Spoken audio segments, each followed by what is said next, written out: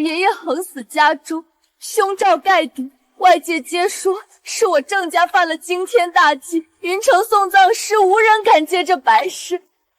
您号称天命闭关，只有您能平此事，求您送我爷爷一程。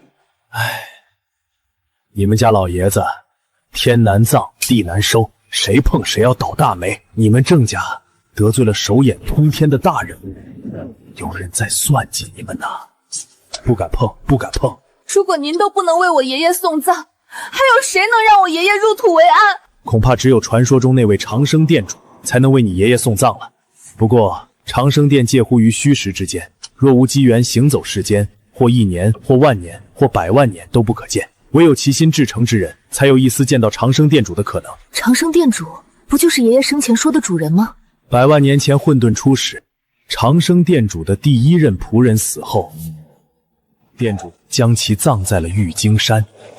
生死有道，天地有序，我有3葬：葬天、葬地、葬众人。唤我真名者，轮回之路，真灵不失。葬。张百仞叩谢主人，送葬赐福。那位仆人踏入轮回，真灵不失，化为张百仞，成为天地。我要怎么做才能找到长生殿主？3界传言，残阳叩首3000阶，方得见轮回殿。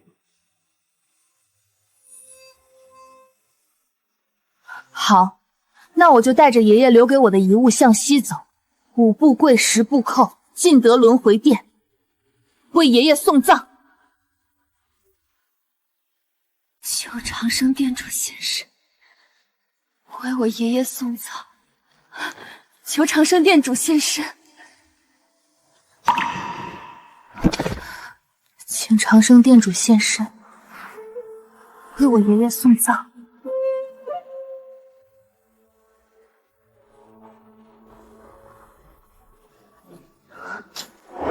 跟我走吧。跟你走？你是？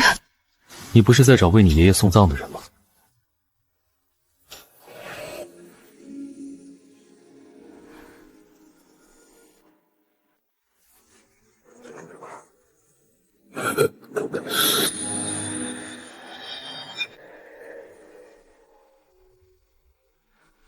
？3个月了，老爷子始终吊着一口气，整个大前最顶尖的送葬人他都不选，非要找一个压根不存在的长生殿主给他送葬。爷爷糊涂了，说什么长生殿主曾将8位仆人葬在落水之极，3位成为天地人3皇，5位成为千古帝王。给爷爷送葬之后，我们周家就能铸就无上荣耀，简直荒谬。爹，现在郑家已残，沈家也只剩一口气，我们的当务之急是趁机灭郑吞沈，一统云城。至于爷爷的心愿，我们找一位与画像上的长生殿主相似之人假扮，随便演一场戏，就能让爷爷瞑目就行了。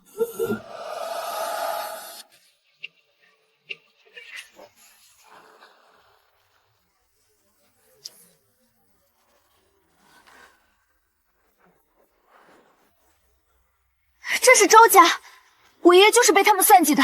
你快走，我不能为给爷爷送葬害了你。你看着就好，无需开口。谁呀？周府近日毕府谢客，闲杂人等一律不见。什么？好强的压迫力，气质如同谪仙。家主病重，需静养，恕难待客。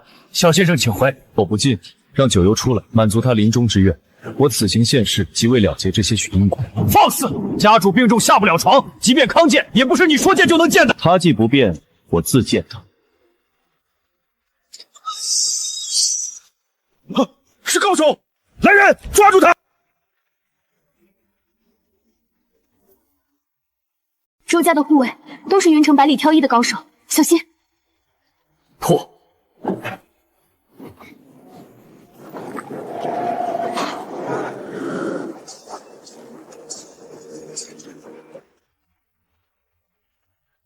我家家主声震云城，家主出访，城主也要降阶相迎。你敢在家主大病之期闯州府大门，犯家主威严，小子，你这条命今天得留下了。聒噪！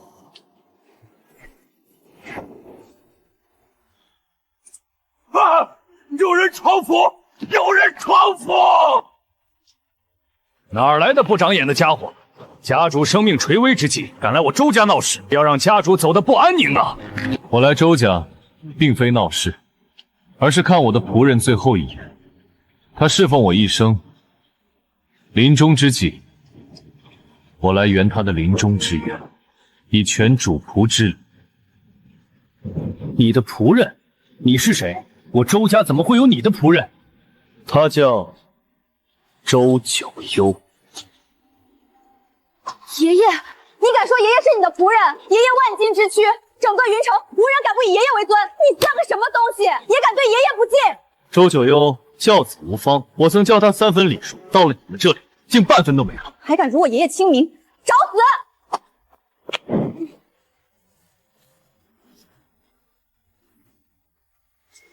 好强的内心，云城之中能当我周庆林一掌的人屈指可数。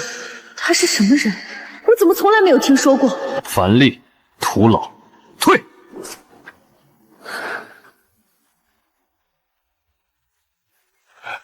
主人，主人！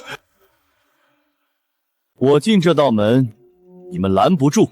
闯府门辱家主，还敢打伤我女儿！无论你是谁，今天算是和我周家结下了不死不休的梁子。你说拦不住，可我周齐道偏要试试。外界皆传周齐道修的是邪武，以阴毒出名，小心啊！我说过，你无需开口，看着就好。装腔作势，看你能装到几时！你子住手！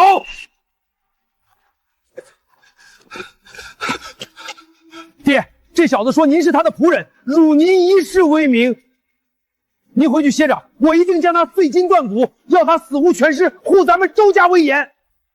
逆子，跪下！爹，儿子知错，儿子不该将这等宵小放进府门，脏了周家的地。您消消气，儿子这就将他赶出家门，再给您老请罪。放肆！府门不幸，有眼无珠，我周家100年的福运要被你一夜败光了。我不是要你跪给我，而是要你跪给他。跪他？九幽，本座亲临，还不拜主？老仆周九幽拜见长生殿主。长生殿主，长生殿主，他就是爷爷毕生侍奉，唯一能为爷爷送葬的长生殿主。拜见长生殿主。子孙不孝，触怒天威，全是老母管教不严之过，还不跪见长生殿主？拜见长生殿主。现在倒有了一分礼数。九幽，我本该3个月前就来此为你送葬，你可知道我为何晚来3个月？你本不该遭受此3个月的病痛煎熬之苦的。定是我犯了大错，请主人责罚。免了，你是有错，我念在错在你周家子孙不在你，才小惩大戒，罚你受临终之苦3个月，而非3年。其一，抵你教子无方之过；其二，抵你监督不严之过；其三，抵你害人性命之过。什么？害人性命？逆子，我卧病在床这段时间，你们在背地里都瞒着我干了什么？是我，郑家矿脉地处周家龙兴之地，郑望川把持矿脉，我就以邪武暗咒折损了郑望川的阳寿福德，夺了矿脉。郑望川死于非命，郑家凶兆盖顶，整个云城无人敢葬。爷爷死于非命，查不到死因，原来是被周齐道用这么卑鄙的手段害死的。我周家一向以善传家，你们立刻去给郑家赔罪，归还矿脉，100倍赔偿，跪求原谅。再找全城最好的送葬师给郑老送葬。全听爹的，明日一早我就去郑家赔罪。大错已经铸下，人命难以回天。周九幽教子无方，罪难可恕，还请主人责罚。你阳寿无多，人间罚便免，本应将你葬后送入轮回，做一个阴司阎罗。现在便罚你死后入玄阴司，做判官门下一小役，日夜辛劳不停，以偿人间之过。老仆叩谢主人隆恩。九幽，你气数将尽，主仆一场，可还有什么临终之愿要我帮你了却？老仆能在临死之前再见主人一面，死而无憾，只是心中尚有一事未了。我死之后，周家再无人侍奉您左右，所以老仆有一不情之请。说，请主人收下老仆的孙女周青灵为徒，待九幽侍奉主人。什么？收我为仆？爷爷，我是周家大小姐，自小就是人上人，你要我自降身份做仆，我做不到。放肆！给主人做仆是你的荣幸，是周家的福气。我不准你说一个不字，跪下！跋扈骄横，心术不正，免跪。不收。老仆管教无方，周家子孙酿下害人大罪，全是我一人之过。老仆愿死后葬身荒野赎罪，只求主人不要迁诺孙女，收她为徒，替周家延续福泽。你在教我做事？不敢，老奴受时无多，一时心急冒犯主人，老奴该死，该死。罢了，念你毕生忠心耿耿，你这临终之愿可偿，就让你的孙女带你侍奉吧。青宁，还不快谢过主人！这是你毕生之幸，我要你发誓，此生忠心侍奉主人。若有二心，天地不容。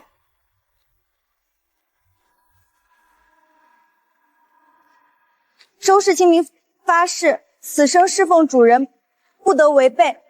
若有二心，天地不容。受师已尽，得偿所愿。九幽，你可以瞑目了。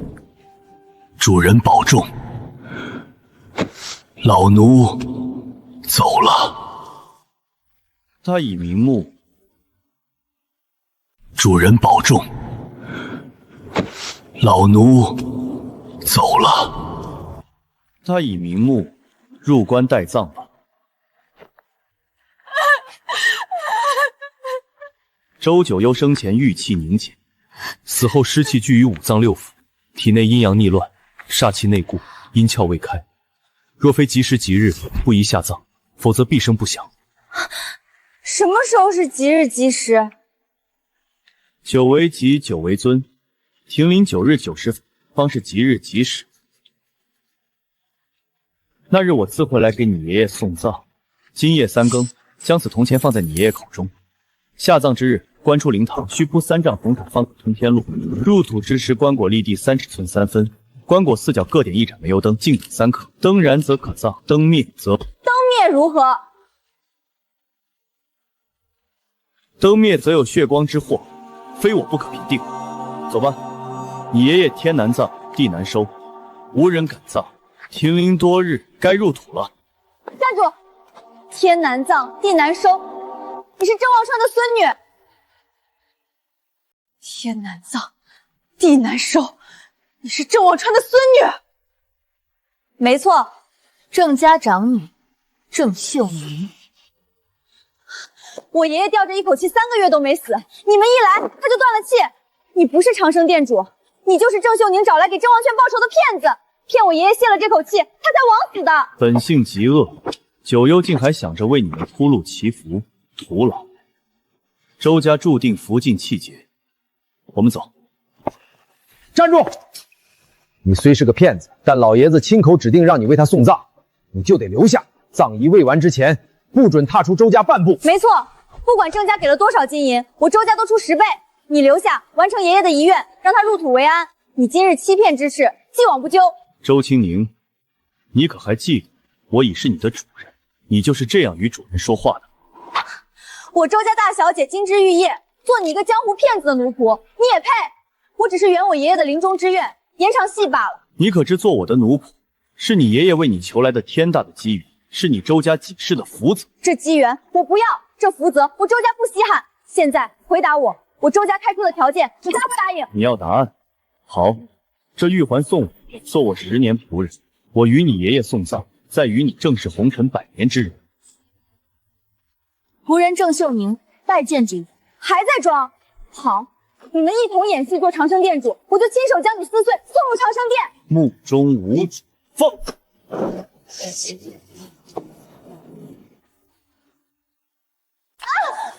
今日之阴，他日之果。自此3年，你周家气运衰败如山河倾覆，人丁凋零如秋叶离枝，世上将再无周氏一脉。你敢咒我周家败落，人丁焦靡，找死！以为我爷爷的后事非你不可吗？你若敢拒我周家去郑家，我便让郑忘川无葬身之地，最终落得个吐尸的下场。你周家欺人太甚！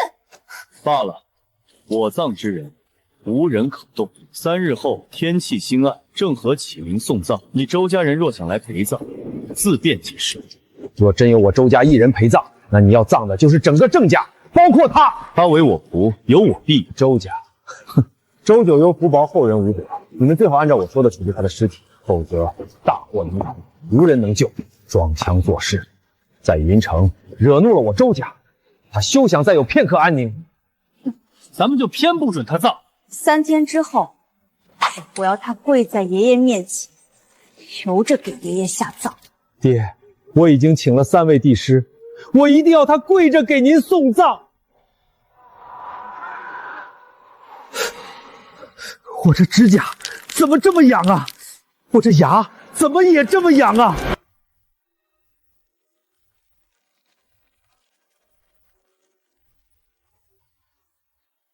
我葬下了一个又一个时代，人世轮回，千古往复，如今又要开葬。这些人都是长生殿外3更雨，忘川倒映轮回门。这殿中所葬，皆是如你爷爷一般，生前忠心侍奉，死后阴灵不灭，入我轮回殿得享尊位。忘川之灵永世护佑你郑家气运绵长，福泽万代。仆人郑秀宁，谢过主人。你爷爷八字属阴，命压七煞又是横死，家宅凶兆盖顶。要破凶运安稳入葬，需亥日午时，阳气最盛时，白马裹尸，朱漆涂棺下葬。3日后，我自会前往郑家主持葬仪，你且回吧。秀宁，你爷爷停灵7日未葬，煞气凝结，昨夜灵烛火灭，外头乌鸦啼凶，守灵的4个下人，今早死了3个。唉，爷爷，有主人给您送葬，您可以瞑目了。煞气不封。今日午时是最后的吉时，再没送葬师下葬，怕是要出大祸。秀宁，那位长生店主真的会来吗？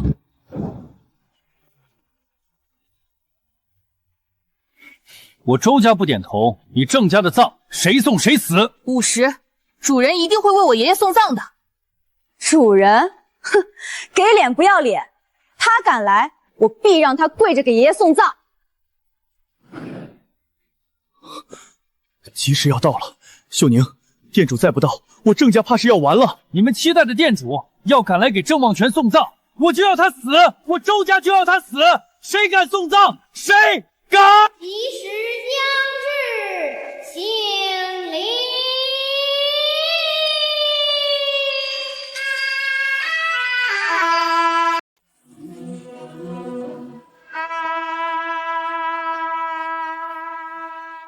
吉时将至，请灵。醒灵，灵童引路，明灯指引，这真是长生店主的送葬之法。难道秀宁，拜见主人。长生店主，他就是爹生前说过侍奉一生的长生店主。拜见长生店主。见本座不贵。那日在州府教你们的教术，都忘了吗？我周家的礼数是睚眦必报。那日若不是爷爷错认了你这个骗子，为了他老人家的遗愿，岂会让你多活这3天？什么？骗子？秀宁，这位店主不是你在轮回殿请来的吗？爹，是店主见我心诚，于途中现身。什么？半路遇上的？半路遇到的骗子。你郑家怪不得落魄，有眼无珠。长生店主送葬100万年，凡送葬之时，必鸣锣36响，震彻幽冥，踏空9000步，不染尘埃。你看他有一点店主威仪的样子吗？有像会送葬的样子吗？100万载春秋轮转，倒是头一回听闻有人质疑本座非我不懂送葬，有趣。你也配懂送葬？年轻人，听闻一些长生店主的送葬之法，就敢借此招摇撞骗，小心丢了性命。听我一句劝，乖乖去周家为周老爷偷偷送葬赎罪吧。周九幽与我因果已了，周家我是不会再登门的。让开，吉时将至。还敢装蒜？好，郑忘川停尸7日，已经异变，这样的大祸之葬，你一个骗子葬得了吗？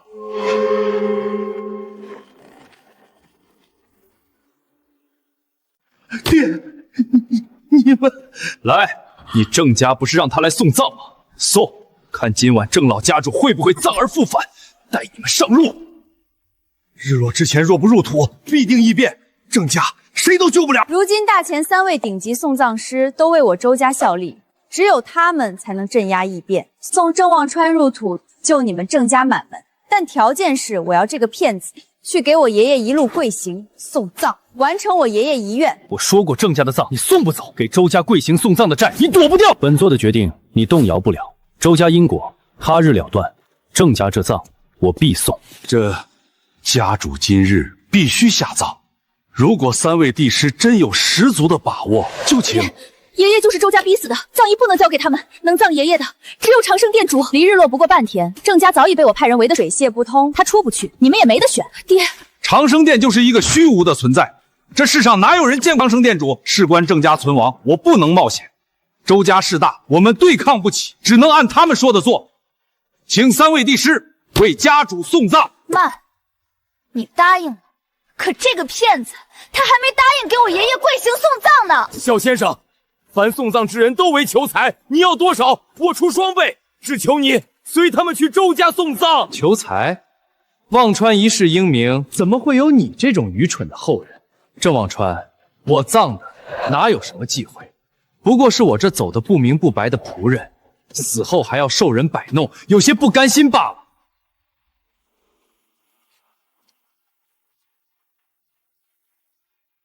你还要葬？送葬人的忌讳犯了必死。只有无能迂腐之人才会这不敢葬那不敢葬，在我的眼里，莫说是人，就是这天地亦可葬。你对家主做了什么？没什么，只是叫忘川遵守这天地伦常，逝者当归其位，亡躯当守其境。本座亲自前来与你送葬，你可瞑目了？这怎么可能？郑忘川含怨横死，月煞缠身，按常理根本不可能闭眼。送葬人只送葬不扰尸，横死之人既不瞑目，就该用不瞑目的葬法。你以生人手段强行合他双眼，是违背天道，逆天而行，坏了送葬人这一脉的规矩，要遭大报应的。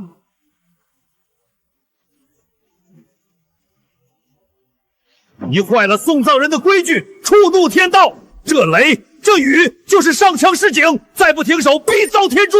家主受扰，老天震怒，不能再让他继续家主的葬仪了，请3位帝师为家主送葬。若是我都送不得的葬，便没人能送的。送不得，那就叫你见识见识什么是真正的送葬手段。等雨停，封旨立刻起灵。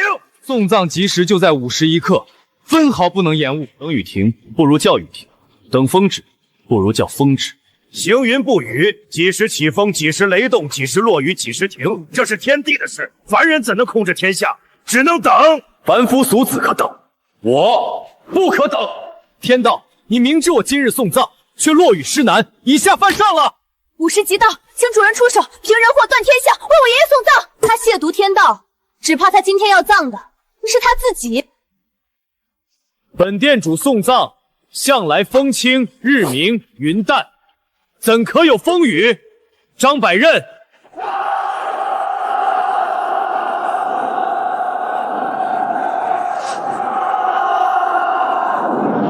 送葬之人心中有道，仰天敬地，你直呼天地明威，必有大祸，必有大祸！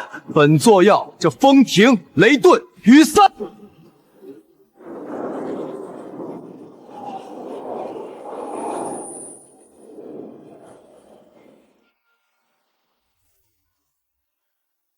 本座要风停雷寂雨散。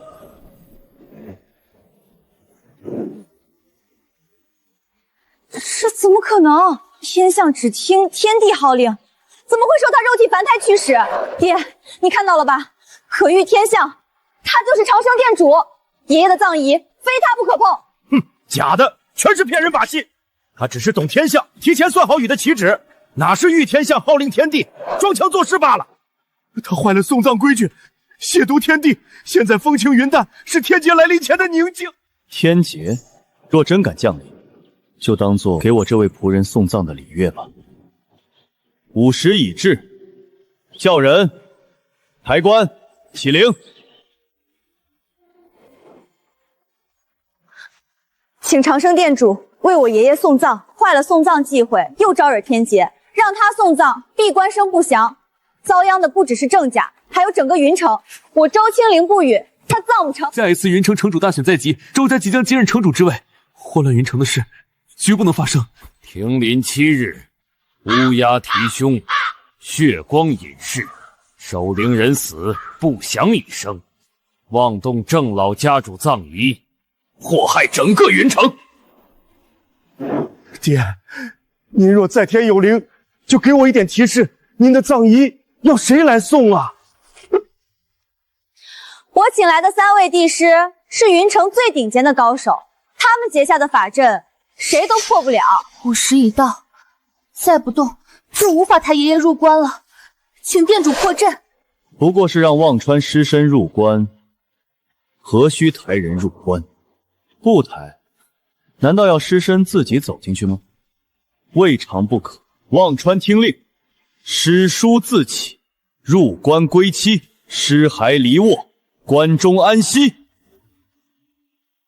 忘川听令，尸书自起，入关归期，尸骸离卧，关中安息。这是怎么回事？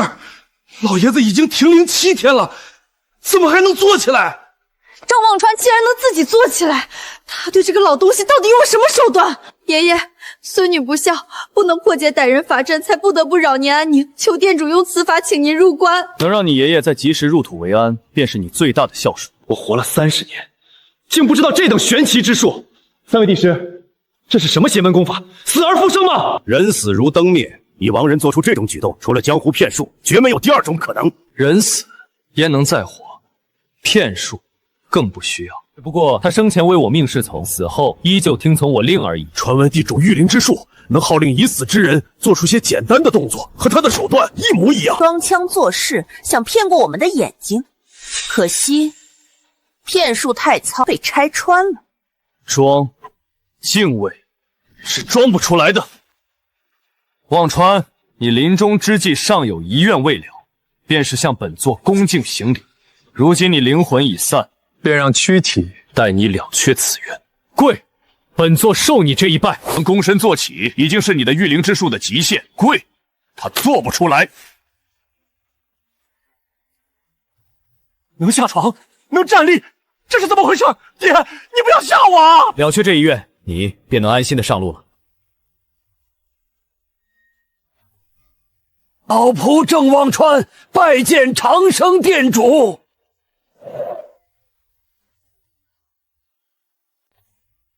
老仆郑忘川拜见长生店主。起来吧，夙愿已了，夙念皆消，这红尘万丈皆成过往。走吧。鸣钟开路，举幡送行，葬仪开始。他坏了送葬人的规矩，触怒天道。天劫呢？天劫怎么还不到？难道就眼睁睁看着他送葬，乱了这天道秩序，人世纲常吗？不是不报，是时候未到。天劫现在一定已经在路上了，这葬他送不成。本座送葬无人能阻，纵是天劫也不行。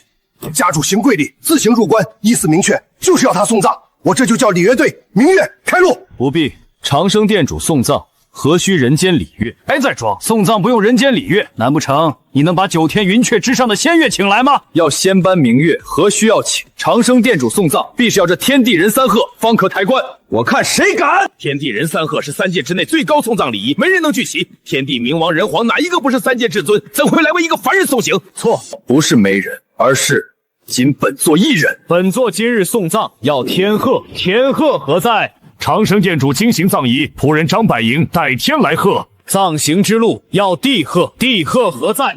店主执废，幽冥共感，图冥王待9泉之下来贺。人鹤何在？店主引路，则必苍生，人皇待人间来贺。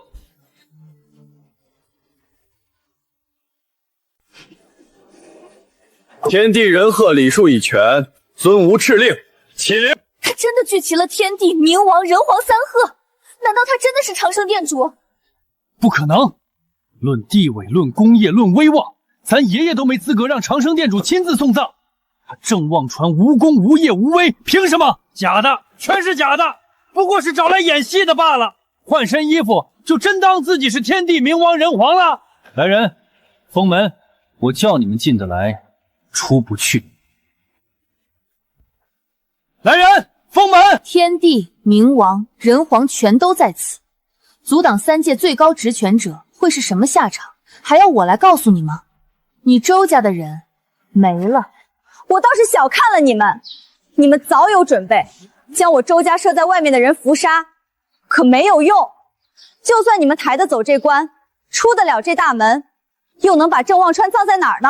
郑家墓园的确是好地方，可惜没了。就在昨天，云城城主重新分配云城各家族属地，你郑家的墓园所在之地已经被划给周家，郑望川的官进不去，墓园葬不得，那就丢去黑水河乱葬岗吧。不行，那是基因兄弟，我家主怎能埋在那里？周青林，你们欺人太甚！求长生店主为我爷爷，为郑家做主。自作孽不可活，你们每作恶一次，便耗一分周九幽的福德，福德尽，则周家亡。我周家福德，我自己造。今日你不给我爷爷跪行送葬，郑家这关，你别想造。人间既无埋骨地，幽都自当起名图。既然人间葬不得，那便葬在幽都吧。幽都，葬入幽都？什么？幽都？凡葬幽都可封王，护佑家宅长久的那个幽都？据说葬幽都者要行幽冥之路，必须有幽将抬棺，名帅送行。难不成他能请来幽将名帅？不可能！4大幽帅镇守冥界4方，就是冥王也无法一时召唤起。本座法旨胜过冥王敕令，4方幽将还不现身？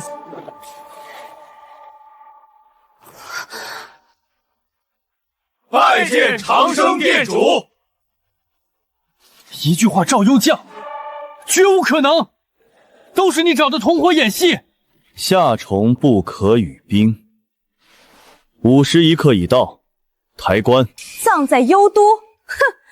我看你怎么把棺抬上幽冥之路。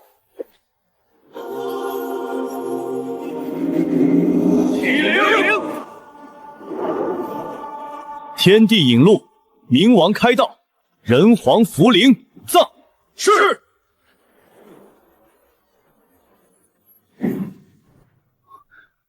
人呢？棺呢？怎么都不见了？棺真的送走了？难道他们真是天地冥王人皇？我真的错过了自己的机缘。大小姐，不好啊！老爷死了。周琦道：“死了？你说什么？你再说一遍，我爹怎么了？”老爷死了。我爹那么硬朗，昨晚还给爷爷守灵，怎么会突然就死了？守灵？周九幽，那日我离开周家时给你们的铜钱，是不是没有按我的说的放在周九幽的口中？今夜3更，将此铜钱放在你爷爷口中。铜钱？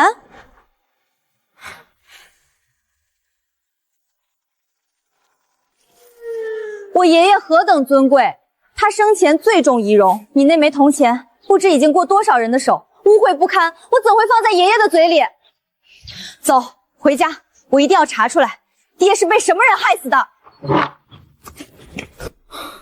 周氏一门气运已尽，咎由自取，可周家已成凶宅，置之不理，将殃及云城百姓，百姓无辜。罢了，既是天意，便再入红尘一步。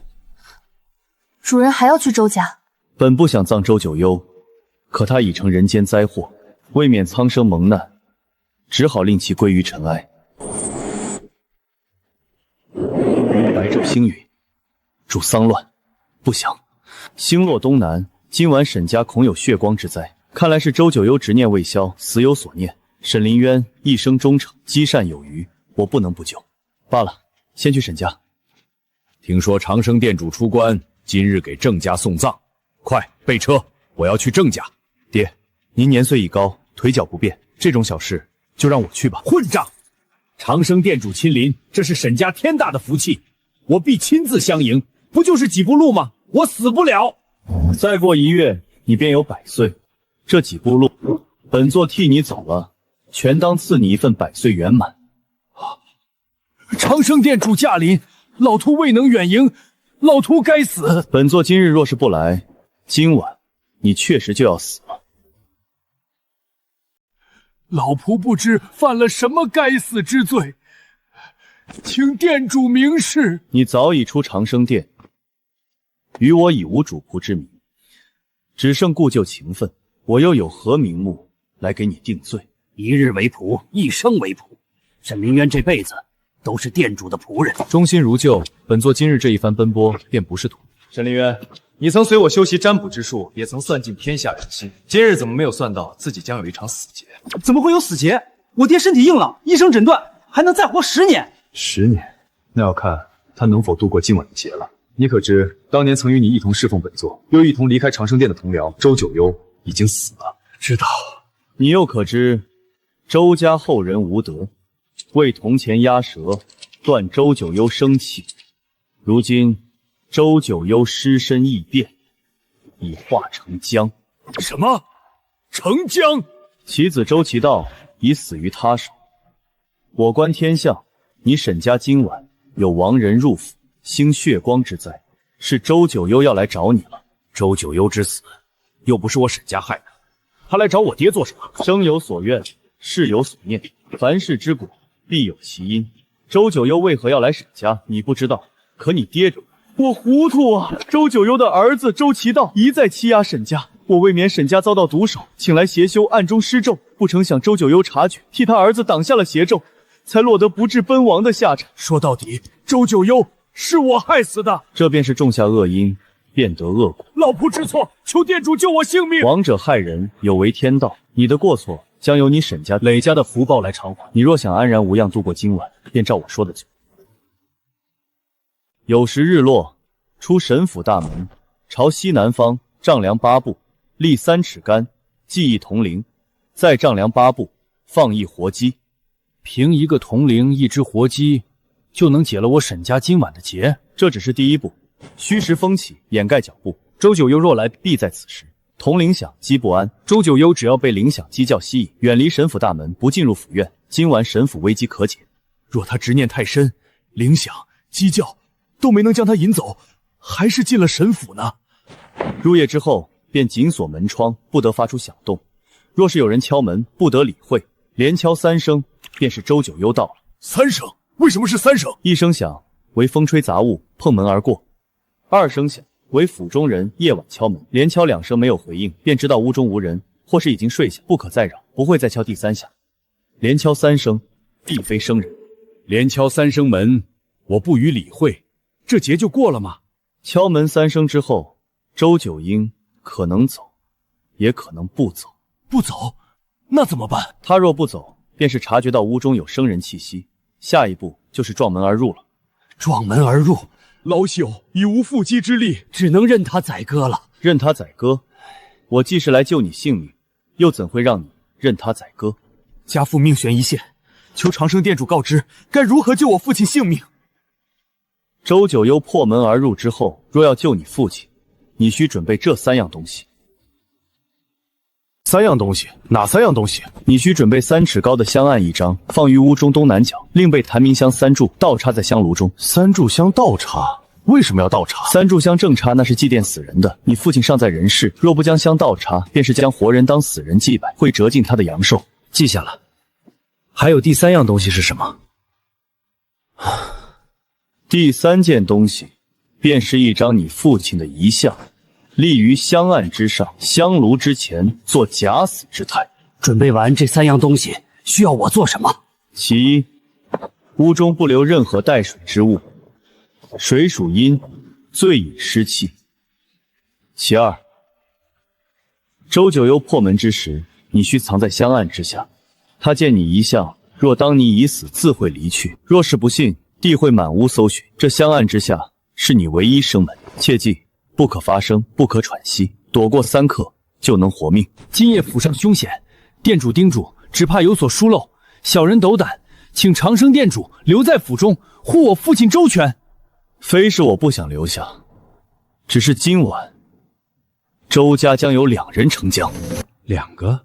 周其道死于周九幽之手，尸毒遍体，今晚月圆之时也将成江。我若不去，只怕周府上下100余口人都将难以幸免。只怕周九幽找不到我，留在府上不走，还请店主化解周府危机，再来沈家。唉，明日卯时，日出东方，雄鸡啼鸣，周九幽必定离开此地，寻找阴湿之地躲藏。明日一早，我葬了周其道，必定回来。切记今晚不可出一丝纰漏，否则天人难救。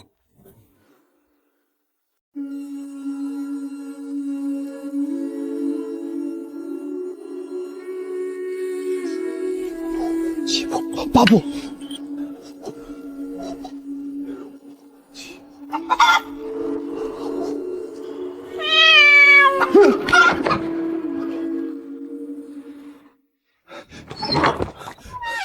爹，府里上下全都按照长生店主的叮嘱布置好了。好，你回去吧，紧锁门窗，不论听到外面有什么声音，天不亮鸡不鸣，不要出来。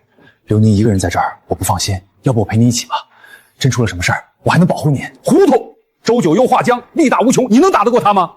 况且这香案下面只能躲藏1人，你留下，咱爷俩谁躲在香案下呀？坏了，来了！爹浑身青紫，像是被人毒死的。可这里还有2个血洞，又像是被什么东西咬死的。爹死得这么惨，到底是谁对爹下了这样的毒手？谁呀？又是你！告诉周青宁，我知道周其道是谁害死的。你知道是谁害死了我爹？两眼乌青，双唇黑紫，血气凝滞不通，虽全身中毒，却不是死于毒。咬痕虽深，却不致命。他也不是被咬死的，不是中毒，也不是被咬死。我爹的身上再无伤口，他还有第3种死法吗？为何不会？你干什么？住手！非是我亵渎王者，而是要你们看到周其道是被吸干气血而死。真的没有血？是谁这么残忍，把爹的血都吸干了？周府上下能吸人气血者，只有1人，周九幽。爷爷，不可能！爷爷已经死了3天，现在还在灵堂躺着，死人怎么可能杀人？无知，3日前若以铜钱镇其，何来今日之祸？你等迟疑，致使玉气化毒。周九幽3日不葬，已成大僵。白日尚可栖身灵堂，待到夜幕降临，必循血气而出，为祸人间。我爷爷已经化僵，不可能！尸身化僵，从来都是传言。不好了，老家主的尸首不见了，守灵的2个下人也死了，死状和老爷一模一样。什么？难道真的如他所说，爷爷已经化僵，外出害人？可爷爷能到哪里去呢？周九幽，现在该是已经到了神府了。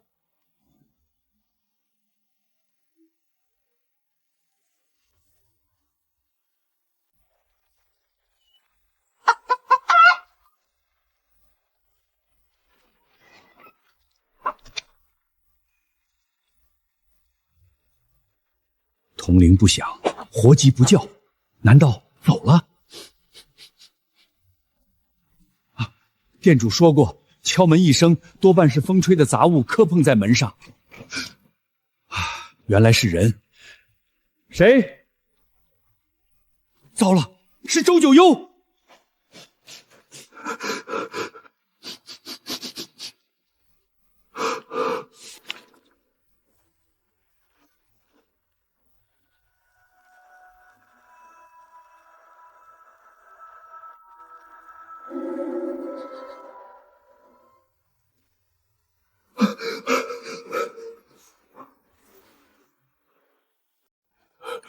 糟了！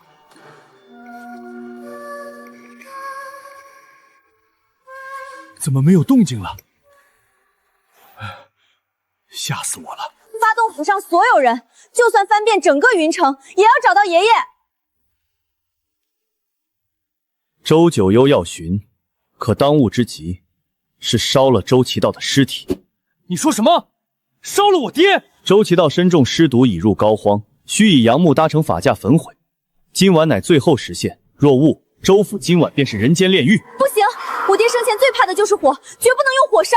不烧，周奇道画江之时，便是周府灭门之刻。爷爷在世时说过，周家人命格属阴，与火相克，一旦火葬，必损周家福泽。你周家的福泽，自周九幽身死，你们背弃忘义之时就已经没了。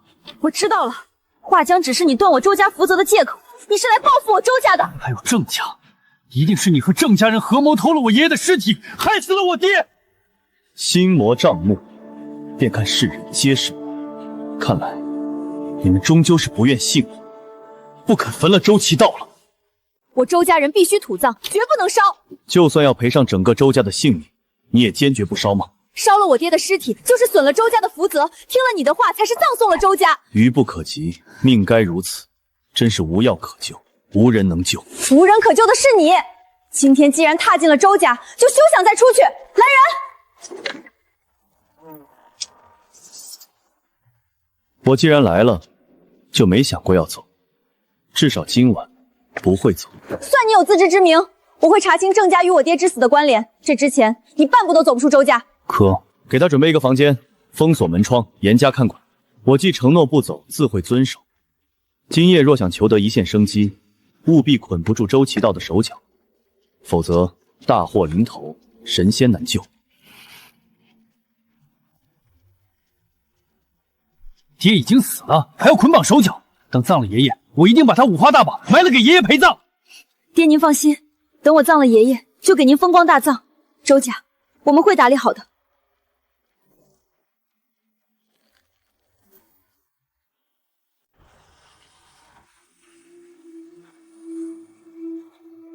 周青林，终究还是没有按我说的做。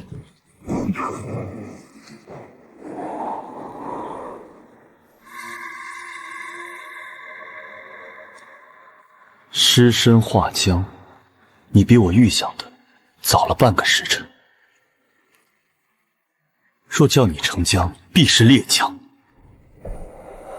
周氏无德，自作自受，留你全尸最后一晚。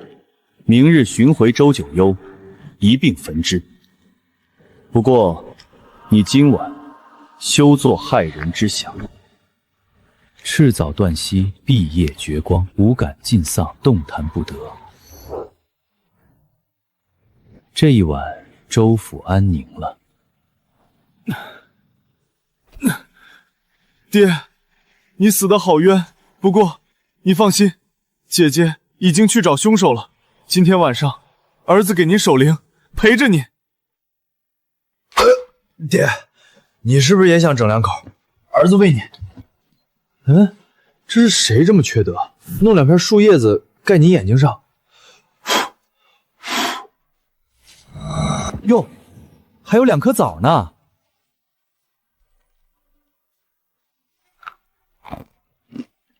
还挺甜。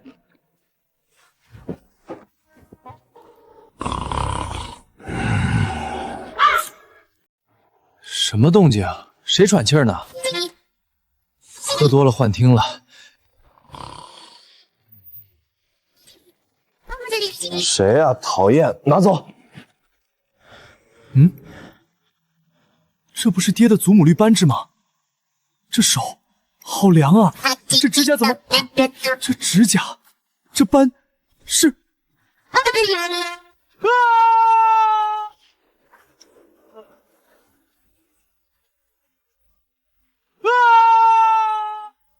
出事了！姐，爹活了！不对，是化浆了！好大的酒气！家里出了这么大的事儿，你还喝酒？说的全是酒话，喝多了吧？是真的，我亲眼看见他的手就搭在我的肩膀上，他的眼睛就直勾勾的看着我。够了，爹已经走了，你还要说这种话，让他走得不安生吗？让开，我要进去看看。不行，现在开门，把他放出来，咱们家的人就全都完了。你居然信那个骗子的话！如果爹的真的画僵，就让我第一个死在他手里！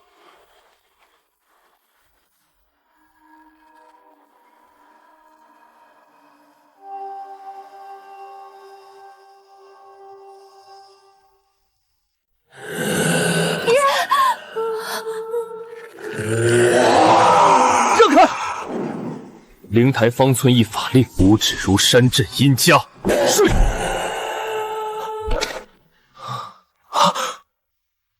我爹，他真的画僵了。智者千丝百虑，不及蠢人灵机一动。你们屡次坏我道法，再不烧了周祈道，纵然我有心想救你们，也救不了。这个骗子还是有点本事的，咱们就算不听他的，也要为咱们的性命着想，烧了吧！不行，就算爹已画僵，也不能烧。明天一早，我会找来云城最顶尖的送葬师来送葬。爹既然画僵，就用画僵的方式土葬。画僵、土葬，终有一日会破土而出。你的固执，会害了你们所有人。周家的事，我说了算。你不是说土葬葬不得吗？好，明天一早，你随我同去，我会让你看到土葬一样葬得。千百万年，我葬人神灵无数，却从未葬过僵。我都葬不得的，没人能葬得。走。姐，现在怎么办？叫人把爹用铁锁捆起来，放进棺里，天一亮就下葬。你怎么了？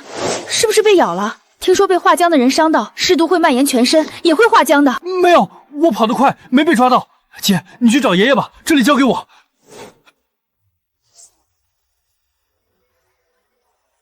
今日周氏家主周祈道驾鹤西去，恰逢三煞汇聚，煞气冲天。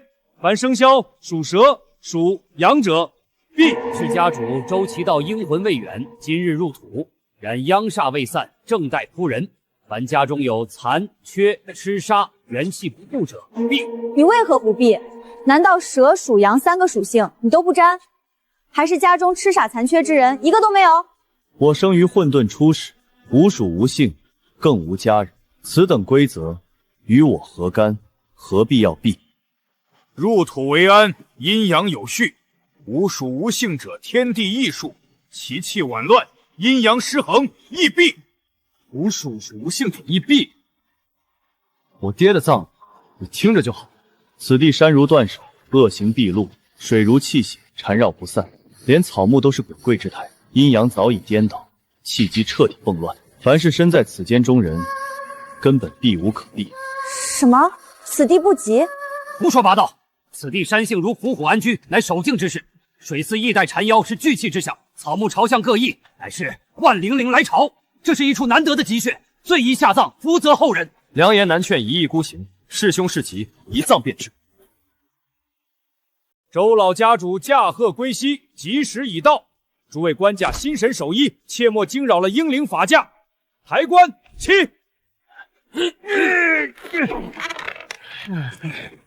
怎么会这样？爹和关总重不过堪堪200-300斤而已，4个抬棺匠竟然抬不起来。此地山凶水凶官亦凶，莫说4人将抬不起，就是8人将、16人将一样抬不起。不可能！我帝师葬人，没有1000也有800，岂会抬不起一口小小的棺材？大师，这棺材像是被灌了1000斤的铁水，别说是人，就是换几头牛来，也不一定能抬得动。棺椁里是僵而非尸，尸无气而僵有气，湿气如铁水泻地，使棺椁落地生根，重如山。此乃凶棺，强行抬只会棺毁人亡。棺毁人亡，这怎么办？莫大师，你是云城最顶尖的送葬师，快想想办法。凶棺自有凶棺的葬法，既然凶，那我就反其道而行，将凶化吉。取3尺红绫，系在棺头，红绫有大吉之象，以吉化凶。我不信这棺抬不起来。寻常红色为吉，可此棺黑气浸染，再系红绫，就是血杀之祸，凶上加凶，这棺危险。抬棺起！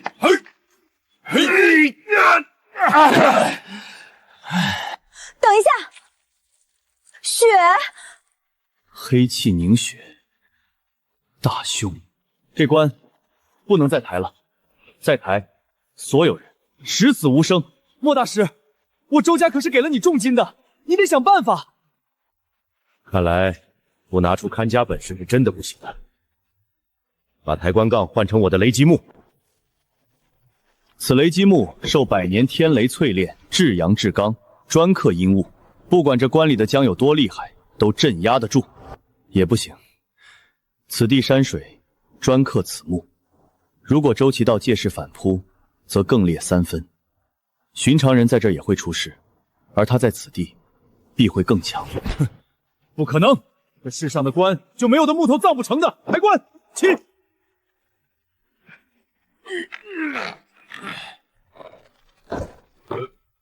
大小姐，木头都断了，我这浑身解数都用尽了，要不这棺今天别葬了？不行，我爹今天一定要入土。纵然是赌上周琦道画耙的危险，赌上在场所有人的性命，也一定要葬了。葬，今天必须葬。好吧，既然你执意如此，我便出一策，可令官将抬得此棺。我用尽了毕生的本事，也没能让棺椁离地1寸。你说你有办法抬动此棺？你用的不过是蛮力罢了。要镇此棺的气，何须大费周章？用紫气即可。紫气能镇压？我怎么从来没有听说过？道法万千如沧海，海纳百川，人不过沧海一粟罢了，又岂能窥尽天光，看尽海阔？你既然懂得能让我爹安然下葬的办法，就赶紧说出来，到底什么是紫气东来？紫气东来，自然就是紫气东来。日出东方，煌煌大光，生养万物，涤荡不祥。这样就可以了。关头朝东，只是做好了接应紫气的准备。至于紫气，金乌，本座要借你一缕东来紫气，还不给否？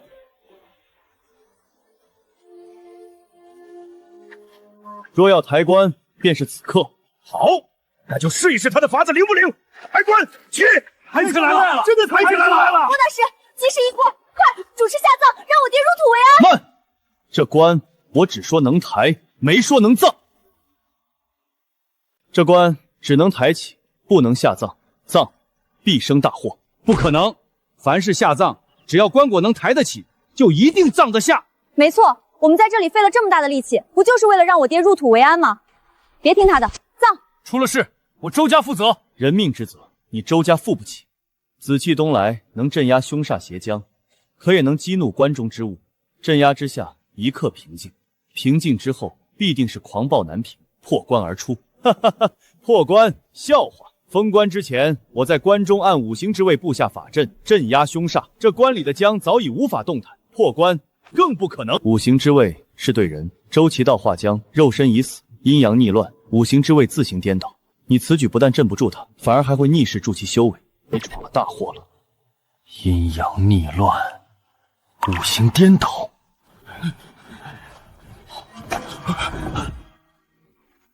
好像是里面的东西要出来了。莫大师，快想想办法，封住棺材，绝不能让里面的东西出来。出关之章封不住了。莫大师，快想办法，棺材就要封不住了。为了葬你家老爷子，我用上了毕生所学，连祖传的雷击木都毁了，还是镇不住他。现在我已经无计可施了。我不管，你拿了钱就得把葬仪办完，葬仪办砸了，你就得想办法。为今之计，只有一个法子，葬不得，便焚之。没错，周老爷要是破关而出，整个云城的人都要遭殃了。你们非要我把葬仪继续下去，就只能先杀了周老爷，再下葬了。杀！用你的办法杀，我们绝不拦你。动手吧。周老爷对不住了。总算治住了。周琦道由师化姜，又得5行逆乱助势，早已成了气候，可不是一把剑就能制服了的。成气候又怎样？我的7星法剑也不是吃素的。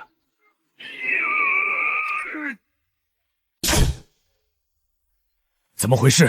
我的法剑怎么拔不出来了？这剑被凶煞之气纠缠，灵性已无，拔出来也是一柄废剑。我祖当送葬法宝就剩这一剑了，拔得出要拔，拔不出也要拔。断了，连法剑都断了，这下怎么办？还有什么法器能封关？这可是我莫氏一族传了8代的法剑啊！啊！另一半呢？另一半在哪儿？他还活着！折了法剑，居然连他一点皮毛都没伤到。周奇道已是铜皮铁骨的大将，寻常法器根本奈何他不得，唯有火烧灰飞烟灭。烧吧。就算是要烧了他，也要先把我的半截法剑拿出来。孽障，给我把法剑吐出来！爹，对不起，要您死后也不得安宁，可女儿不得不这样做。怎么拔不出来？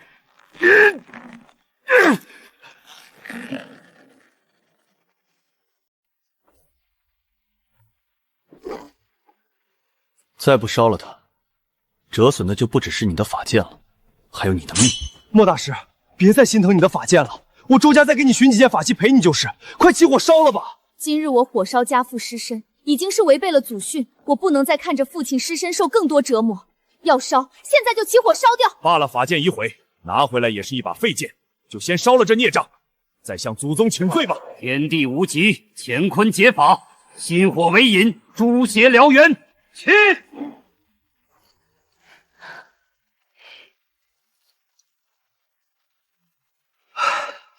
总算是把爹的尸身烧了，不会再出来咬人了。他的煞气已凝成实质，自成屏障，凡火不能毁之分毫，反而还会被煞气吞噬。这火无用。受不得了，也葬不得了，他就要出来了，再不跑就真的没命了。既然人间之火烧不得，那我就用天火炼了他的铜皮铁骨。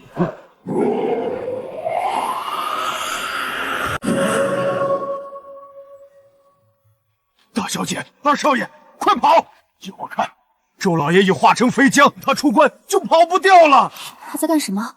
他怎么还不跑？他不怕死吗？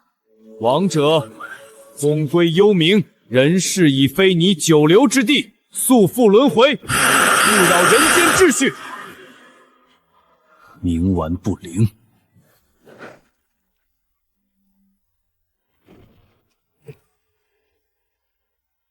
我没有看错吧？他只用一只手就扭断了这只大江的脖子，这小子是人还是神啊？他到底是谁？为什么顶级帝师都做不到的事情，他轻轻松松就能做到？他灭的是江，为什么我看了也会这么浑身不自在？还没死！周老爷化江之神还没死！既然幽冥之路不走，那便灰飞烟灭，永无轮回吧。老君，本座借你一缕三昧真火，还不速速送来？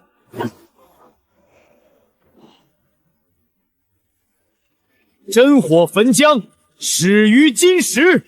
落！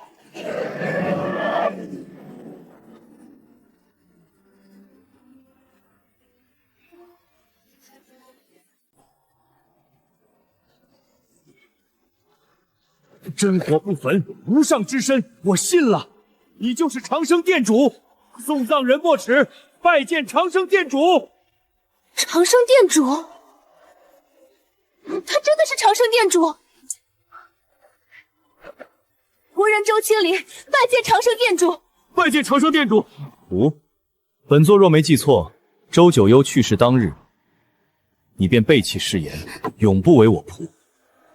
那日是青宁有眼不识殿主真容，冒犯殿主，求殿主恕罪。天下不识得本座真容之人，10之8九，岂能全都治罪？你我已无瓜葛，何谈恕罪之术？殿主还是在怪罪青宁，只要殿主肯收我为仆，不论何种惩罚，青灵都愿承受。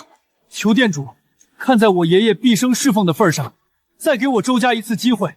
没有殿主庇护，周家后世再无福泽天恩。周九幽化江消失无踪，周启道身死灰飞烟灭，难道你们还没察觉到？这就是对你周家的惩罚吗？周家福泽早已被你们消耗殆尽，死后100年，只有数不清的劫难。都是青灵一人之过，不是周家之错。求殿主救我周氏一族。回一阵。晚矣。我能帮你周家的，也是帮所有云城百姓。只有一件事，便是找到周九幽，了断这场祸事之根。长生店主大恩，周青云感激不尽，谢字免了。百万年来这个字听腻了，你既有悔改之心，我便送你一句忠告：福泽非是别人给的，而是自己攒的。来日方长，周家日行一善，福泽没有也有了。日行一善，多谢店主指点，青云知道怎么做了。你脸色很不好。脸色不好？有吗？可能是刚刚被吓到了，我缓一缓就好了。周家两人话僵，不过是掀开了周家祸事的第一页，你们好自为之。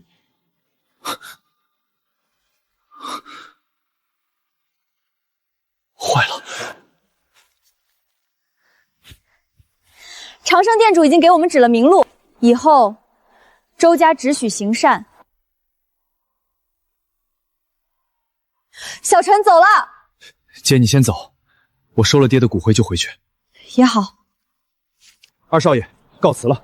莫大师，如果平常人被画江之人咬了中了尸毒，要怎么解毒啊？如果中毒不深，用糯米清腔蛇毒泡澡，或许能解；如果中毒深了，3日之内必画江，谁都救不了。二少爷，谁中了尸毒了？没人中毒，我就是问问。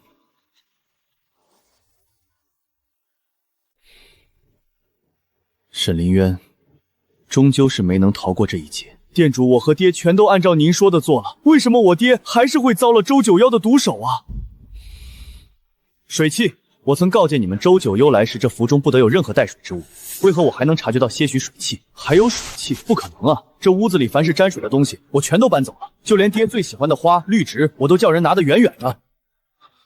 沈林渊在长生殿伺候半生，竟不知道画中山水也是水。什么？是这幅画害死了我爹？爹，都是我大意了，没摘走您房里的水墨画，才害得您惨死啊！唉，人死灯灭，悔之晚矣。沈林渊追随我半生，今日我便亲自为他送葬，送他入轮回，踏往生。沈燕大夫，跪谢长生店主。长生7年，云城遭百年未见之大旱，恶殍遍野。沈林渊散尽家财，救人数千，此为大善积德。长生12年，沈林渊为情结仇，血洗仇家，枉杀仆从3人，此为恶行损德。长生33年，妖袭长生殿，沈林渊守殿3月，重伤而不退，此为功业积德。耸其一生，功大于过，善果绵长。依天律，受阴司判官之职，掌阴司执法，护人事祥和。凡入长生殿者，皆赐玉环1枚，以彰身份。沈林渊已逝，这玉环便留于你吧。长生殿主是要收下小人入长生殿为仆吗？沈林渊一生忠勇，他虽死，可沈家福泽不可断，你便接替他入长生殿吧。沈燕，谢店主天恩大德。沈林渊不可枉死，周九幽为祸云城，不可不除。今晚就在此地，本座要你帮我引他出来。我能帮店主什么？入夜之后，你就穿着沈林渊生前的衣服，围着神府走，左绕3圈，右绕3圈，跃上3杆，听到狗叫，就指周九幽闻到沈林渊的气味，找过来了。来了！周九幽到了。我这就召集人手，将周九幽的后路堵住。不必，本座行事何须如此大费周章？你将沈林渊的衣服留下，便回房。明日一早，日升鸡鸣时开门，沈府重回一片祥和。到了。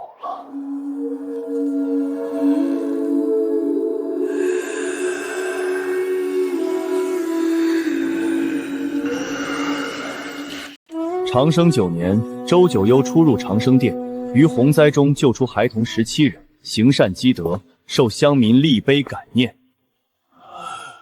长生16年，云城大疫，周九幽广施药食，救治患者无数，积德深厚，长生簿上添300善行，长生23年。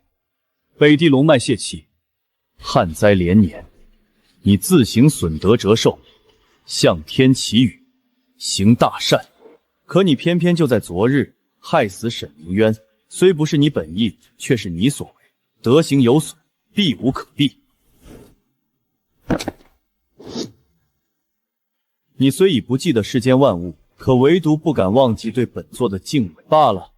你虽有过，可功大于过。本座信守诺言，将你葬入幽都，封阴司小役。你可还满意？你既知本座之意，本座便随你心。自此，轮回殿中有你周九幽一道灵位，随长生殿永垂千古。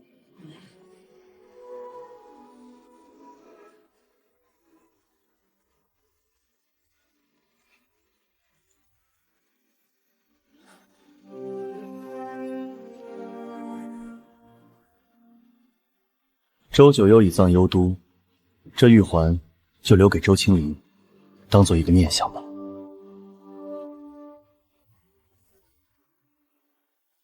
怎么办？怎么办？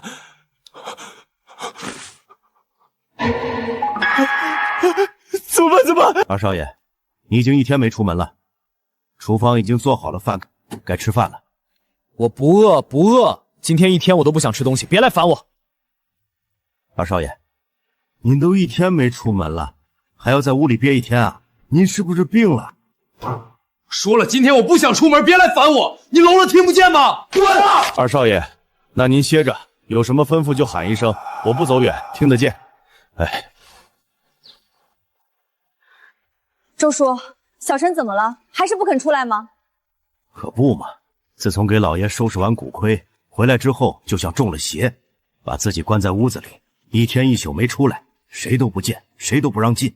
不知道是被老爷画浆给吓到了，还是病了。1天1宿没出来，一口饭没吃，一口水没喝吗？倒是昨天晚上，二少爷叫人给他屋里送了2碗生糯米，生的总不能吃了吧？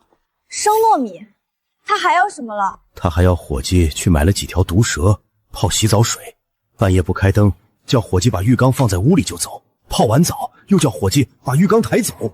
屋里黑乎乎的，谁都没看见二少爷。浴缸在哪儿？水到了没有？带我去看。已经到了，不过那水我看了，水里透着黑，闻起来还有一股尸臭味。什么？尸臭味？全剪掉，全都剪掉，就看不到了。周琛，你把自己锁在屋里1天1夜了，你到底在搞什么名堂？姐，我没事儿，我就是不舒服，你别管我，让我睡1天就好了。什么？还要睡1天？爷爷没了，爹也没了，家里主事的就剩你一个男人，家里家外多少事儿等着你撑门面呢？你给我出来！姐，家里的事儿都是你说了算，我撑不起咱家的门面。我就是个废物，你别管我了。你要不是姓周，你是死是活，我才懒得管你。我再问你一遍，你到底出不出来？出去，我出去。姐，你先走，半个小时后我一定出去。还要半个小时？你就是不想出来。好，你不出来，我就把门撞开，看看你到底在搞什么鬼。他的房间你最好别进。店主，小陈的房间我不能进，店主为什么这么说？生人之气透着肌理余温，空气之中带着皮质与呼吸交织的温热。可在他的房间，你感受到的气息是什么？好冰，好冷。这种冰冷的感觉，就像触碰到一具已经死了好久的尸体。没错，是死人的气息。里面的那个人，不过是一具还能说话的死尸罢了。不可能，小陈身上什么事都没有发生。1天前我们从陵园回来的时候，他还好好的。你在质疑本座？店主息怒，周青灵不敢。只是小陈虽然行为反常，但他的的确确不是死人。那你尽管进去查看便是，本座就在这里等你给我答案。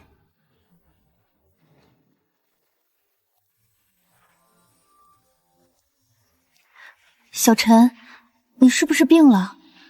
你掀开被子，让我看看你的样子。小陈，如果你病了，咱家能请来云城最好的医生，什么病都能治好的。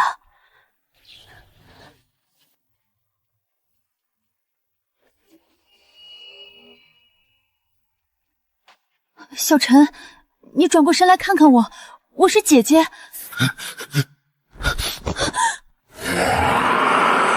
是华江，你也华江了？难道这真的是我周家的报应吗？你中了尸毒，为什么不说？你如果早点说出来，也许我能救你的。你现在要六亲不认吗？我可是你亲姐姐，你还要杀了我吗？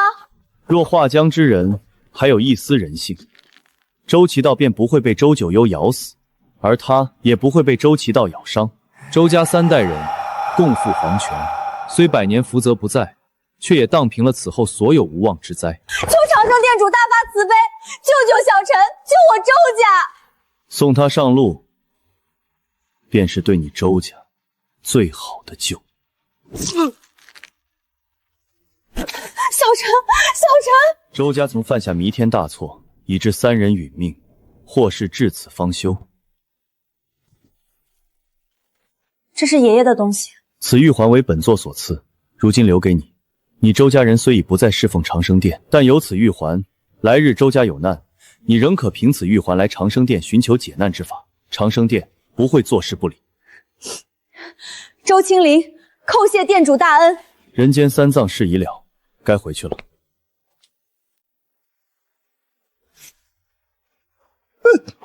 我不是贼，我没有偷。一个要饭的，你进了我魏家的大门，除了偷还能干什么？叫你爹出来，你亲口问问他，到底谁才是真正的贼？是我偷了你魏家的东西，还是他偷了我的宅子，挂上了你魏家的名字？你说这是你的宅子啊？老袁，你老糊涂了吗？20年前，你卖宅子，是我爹给了你真金白银，从你手里买下来的。20年了，你还不认账吗？骗子，都是骗子！这宅子我卖100根金条，你爹欺负我是瞎子，给了我一堆假金子。你魏家才是名副其实的贼！这声音耳熟。饭可以乱吃，话可不能乱说。当年白纸黑字可是写的清清楚楚，我们一手交金子，你一手交宅子，你可是按了手印签了字的。你想赖账？是你们把我打晕了，抓着我的手按的手印签的字，你们就是一群败类！金子被你挥霍完了就耍无赖，再不滚，信不信我打断你2条腿？欺人太甚！我若眼未瞎，还在长生殿，你们怎敢如此横行霸道？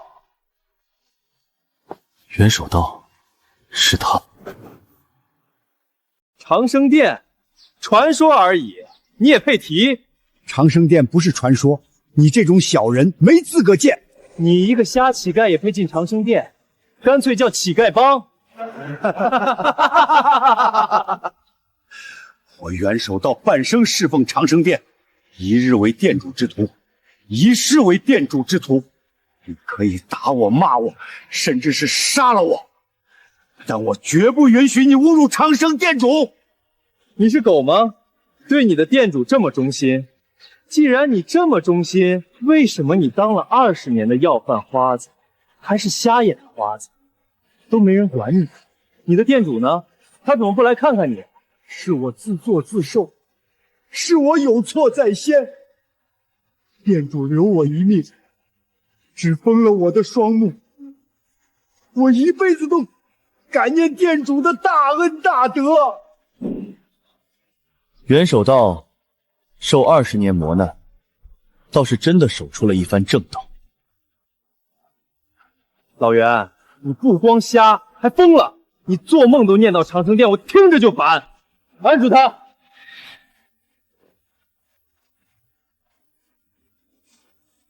割掉他舌头，不准再提长生殿3个字。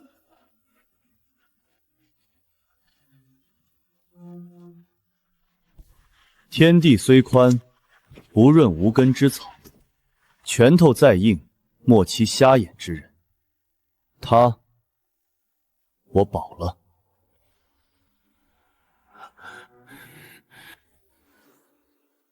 你在跟我说话吗？你说什么？我说他，我保了。你放了他。你保了？凭什么？你保了我就得放人啊？他是个贼，他偷了我魏家的东西，我就得在他身上找回来。割了他的舌头，就是要了他的命。得饶人处且饶人，行窃又不是天大的罪过，何至于要他一条命呢？我没偷，这位先生，你的好意我心领了，但姓魏的不是个东西，你快走，别管我，和他讲理是讲不通的。我既保了你，就自有我的办法，你等着就好。看样子你是铁了心要多管闲事，要为这个老匣子出头，和我魏家作对啊！我从不为任何人出头，但天下之大，自有规矩。你们越了界，我不能不管。规矩，在我的眼里，我魏家的规矩才是规矩。你想管，我倒是很想听听你要怎么管。你既然说他偷了你家的东西，偷了什么？世间万物都有个价值，值多少钱，我赔给你。我不是贼，我没偷，我只是要拿回自己的宅子。要说赔，该是他魏家人赔给我。看样子你很有钱啊，可我不要钱。爷今天就想要他一条舌头，要不你替他给啊？好，我给。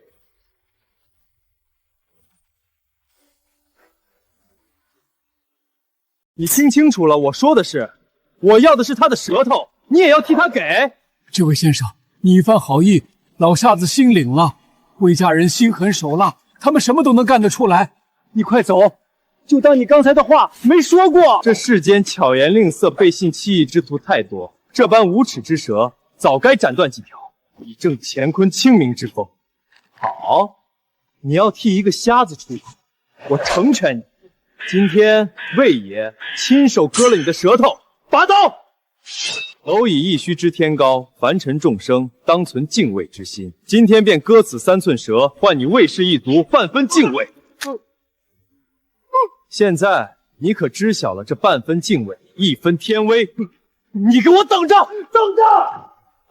哈哈哈，好啊，魏家的恶贼也有今天。先生大恩，老瞎子无以为报，请受我一拜。袁守道，多年不见，别来无恙。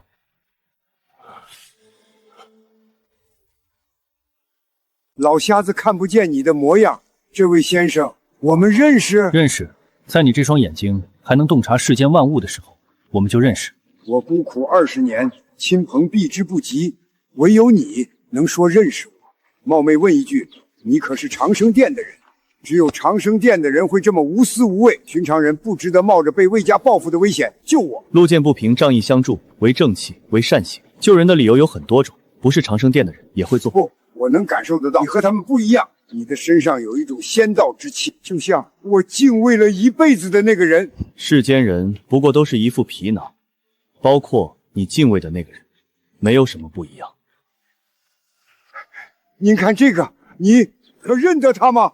你早已不是长生殿的人，为何还留着长生殿的姓名？一日为长生殿之徒，一世为长生殿之徒，忠义在于心，袁守道一生不忘。老徒袁守道拜见长生殿主。你可知我当年逐你出长生殿，你才落得今日地步。你不该拜我，应该怨恨我。不，当年是我自作自受，仗着长生殿的威名横行乡里，欺人作恶，自作孽不可活。店主只是夺我双目，逐出长生殿，没有要我性命。老仆一辈子感念店主大恩大德，不敢怨恨。长生殿的人向来如此，你说的我信。可见半生流浪，倒真的被你悟出了道。人生多有命，苍天饶过谁，都是当年作恶的报应。现在一辈子快走到头了，不敢奢望能得到店主的原谅。今日能再见店主一面，死而无憾了。用半生艰苦乞讨来赎罪，倒是没有辱没了长生殿的风骨。让我看看你这半生的善恶因果。你的半生我都看在眼里，今日便让你看看自己挣来的因果。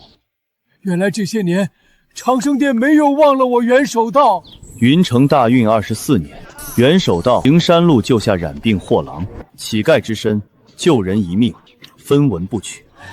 好些年前的事儿了。云城大运26年，天降大雨，山洪冲破房屋100间，袁守道以轻微水性救人83。乞丐瞎子救人也是难为你了。那时候没想那么多，就想着多救几个，才对得起这辈子进过一次长生殿。云城大运33年，袁守道齐百钱于清明散州百碗救济灾民，同年腊月典当棉袄葬冻江乞丐。想不到这点小事儿，长生殿都记得一清二楚。10年没有一次恶性败笔，看来长生殿给你的惩罚该消了。什么？店主原谅老仆了？我可以再进长生殿了？长生殿从不收逐出之人，但本座可以向你保证，长生殿可保你在云城之中安度晚年，而你100年之后，轮回殿中有你一席灵位。轮回殿？我死后能入轮回殿？我这半生遭受的苦难全都值了。大运47年，替茶楼说书人授写孤本，为商队止破劫匪陷阱。大运49年，课堂外青嫂嫂积雨青苔，大灾时焚香掩埋街巷腐鼠。想不到这点小事，长生殿都记得一清二楚。凡人善举揭露天道，市井琐碎最见真章。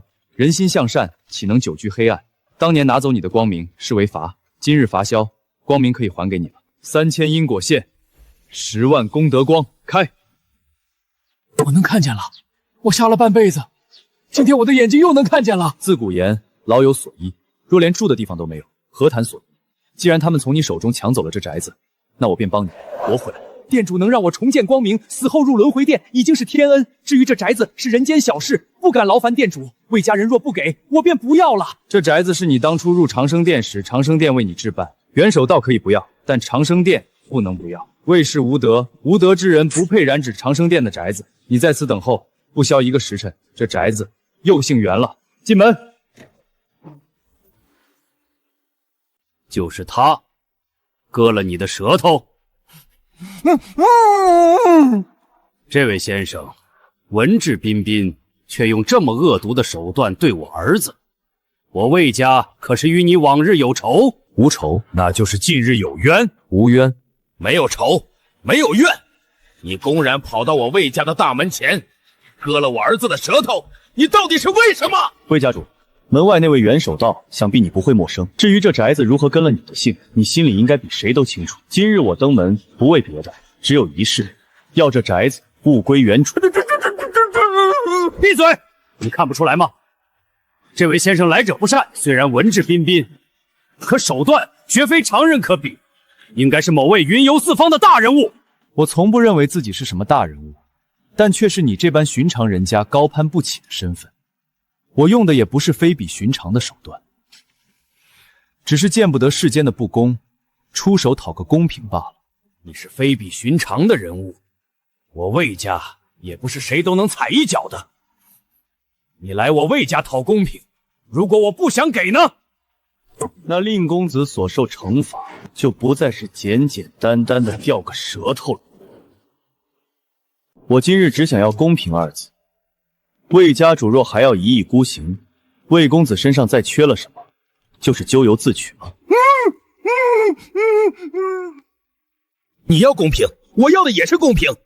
你要跟我谈这所宅子姓什么，我跟你谈。谈判的前提是把我儿子的舌头还给他，这才叫公平。只要魏家主有退让之意，我能让魏公子的舌头消失，也能让他的舌头安然无恙地长出来。我只听说人的舌头能割掉，还从没听说让断掉的舌头长出来。我不信你。天下之大，无奇不有，众生如尘，飘摇天地。你眼中所见不过方寸，所知之事不过浮埃。天外尚有天，人外可未必是人。你怎知我做不到？那你就把我儿子的舌头接上，你接得上，这宅子姓魏还是姓袁，才有得谈。有得必有失，魏公子能重得3寸之舌，魏家要失去的就是这宅子了。因果相偿，灵台复生，出！是舌头，我的舌头又长出来了。能让断舌复生，他是怎么做到的？能有这种手段的，到底是什么人？魏家主，该你兑现诺言了。这宅子，你该拱手让出了。不仅要让出宅子，你们占了20年，租金也该有100金吧？什么100金？你这不是在谈宅子该跟谁的姓？你这是要我魏家去死啊！爹，他欺人太甚了，咱们还是上报城主吧。云城是我们豪门世家的云城，城主不会允许让他一个外来人在云城作威作福的。你们强占民宅，何尝不是作威作福？你们让一个瞎子流浪20年自生自灭，又何尝不是让他去死？这点小事我不想惊动城主大驾，这样我们各让一步。我魏家给袁守道腾出一处宅子，给他安度晚年，你也让出一步，就此离开我魏家，如何？魏家主，你这不是让步，是施舍，而我没有要了你魏家所有人的命，已经是做出了最大的让步了。还想要我魏家人的命？真当我魏家怕你不成？你不是要替老乞丐出头，夺回这宅子吗？我告诉你，不可能！这宅子，我就算毁了，也绝不成全了你。言而无信者，必被无信所反噬。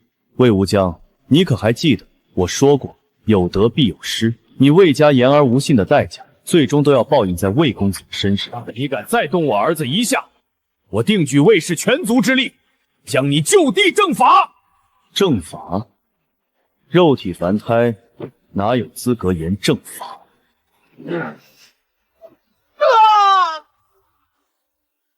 我的眼睛看不见了！爹，救我！救救我！你打瞎了我儿子的眼睛，你怎么敢啊！袁守道瞎眼半生已属往日罪过，就让魏公子后半生也与黑暗为伴，偿还你魏家这20年造下的孽吧。爹，不就是宅子吗？咱们给他吧。和这所宅子相比，我的眼睛更重要啊！看来魏公子已经识时务知大局。魏家主，你还要继续冥顽不灵，求死吗？我只给你1刻钟的时间考虑，不给，再瞎眼的可就是魏家主你了。如果我把宅子交出来，我儿子的眼睛还能不能复明？你觉得你现在有和我谈条件的余地吗？魏公子的眼睛能不能复明，全在魏家主你的一念之间。爹，这个人的手段我领教过了，咱们不是他的对手，忍一时风平浪静，先保住我的眼睛再说。这宅子咱家不要了。罢了，我给。不过这宅子我已经委托商行拍卖了，下个月买主来收房子，我这个月就能腾地方搬出去。可当真正的买主来了，你还惹得起吗？哦，原来这云城还有我得罪不起的大人物。当然，云城卧虎藏龙，但是看上我魏家这处宅子要出资购买的3户顶级豪门，你知道都是谁吗？在云城众多世家之中，能称得上顶级豪门的，也不外乎郑家、周家和沈家了。没错，就是郑家的郑老爷子，周家的周老爷子，沈家的沈老爷子。可据我所知，这3个老头子都已经不在人世了。郑、周、沈3家竞价，最终是郑家价高者得。郑老爷子虽然已经不在了，但是买卖合同已经签了。下个月郑家的后人就要来收房子了。你卖的是你魏家的宅子，可这所宅子姓袁，郑家要来收房子，你只能去找一处姓魏的宅子了。你少在这胡搅蛮缠，郑家看中的就是这所宅子，你想硬抢？哼！也许我魏家势单力薄，确实不能拿你怎么样。可你知道郑家的后台是谁吗？郑家还有后台？我怎么不知道？郑家的后台，据说是一位能够往来于人神灵3界的大修士。一句话能召唤天地，明君听他号令，这样的大人物，你惹得起吗？哪是什么大修士？那个大人物，不过就是一个送葬100万年的送葬人罢了。放肆！你没把我魏家放在眼里，我忍了。你居然连郑家和那位手眼通天的大人物也不放在眼里。别说夺回这所宅子了，在云城，你能不能活过明天都不一定了。能活几天是我的事，你的事是把这所宅子的地契交出来。晚了，从这所宅子被郑家买下那一天起，地契就已经到了郑家人的手里。你要地契，就豁出命去郑家拿吧。郑家，郑秀宁，他怎有资格要我亲自登门？纵然是我要拿到地契，也应该是他到此处双手奉上。什么？郑大小姐现在是郑家的家主，身份何等尊贵，你居然想让郑大小姐登门来给你送上地契！我现在就派人去沈家，等着吧，郑大小姐会亲自带人来灭了你。有意思，我倒是很期待看到她站在我面前要为你出头，该是什么样子。爹，不行啊，郑老家主刚刚过世，郑大小姐说过要守灵3月闭门不出，现在怕是请不动她来咱们家呀。对呀，若是一时冒昧冒犯了郑大小姐，怕是要惹上了不得的祸事啊！不就是要郑秀宁来你魏家吗？尽管派人去请，就说我在这里等她。你，郑大小姐凭什么听你的？你拿着此物去郑家，郑秀宁自然知道她凭什么要来见我，而你们在那一刻也将知道你们现在所面对的人到底是谁。